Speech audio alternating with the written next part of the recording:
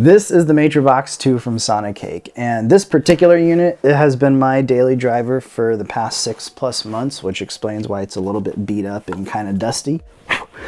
I primarily use this for bass, although I do use it for guitar as well because I use it for both live and studio. This hasn't really connected with a lot of bass players from what I've seen and read online, and I understand why. I mean, it's got a limited feature set as far as like the signal chain and very limited IO and no XLRs. So you do have to work around some things a little bit, which I do.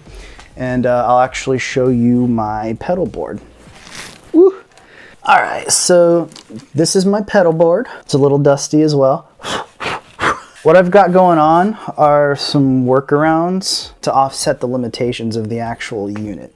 So in particular, one thing that I like to do with bass, and I think is like a very common studio trick, is parallel processing, or in other words, crossover. So you're gonna like separate the low end from the high end, and they do different things. So I'm actually gonna show you how I've created my own parallel chain and unlocked the full potential of this thing. So let's dive into it. All right, so let me show you the secret sauce behind this whole crossover thing. So the first thing is we're gonna use the effects loop. That's going to be our parallel signal. And what I have here is a rather faithful clone of a dark glass pedal called the Microtubes X. And it's actually a really nice distortion pedal, except I'm not using the distortion part of it.